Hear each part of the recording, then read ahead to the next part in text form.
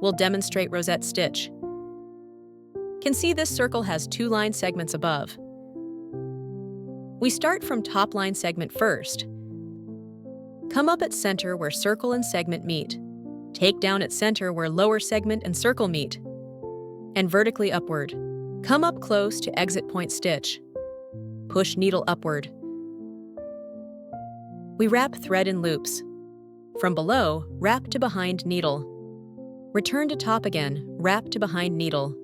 This represents 1 loop. We need to wrap once more on single loop. Wrap into double layer loop.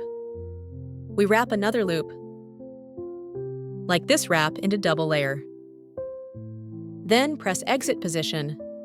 Push needle upward. Pull thread. Then close to outer outline. Take down at end of top segment. We press loop with hand. Otherwise it might move. After we lock top part, move needle to lower entry position. Come up here. Can see it now. Appearance presents 3-dimensional rosette shape.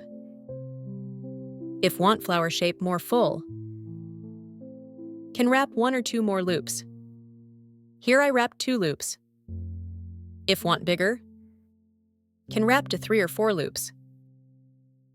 Try not to wrap thread too much. Wrapping too much thread not necessarily looks good. Generally, 2 to 3 loops is optimal state. Lower part is also same. Take down close to outer outline. Can use needle to adjust its shape. Rosette stitch presents relatively small, delicate form. Very suitable for some small area accents. Can make work more delicate. Let's see the finished effect.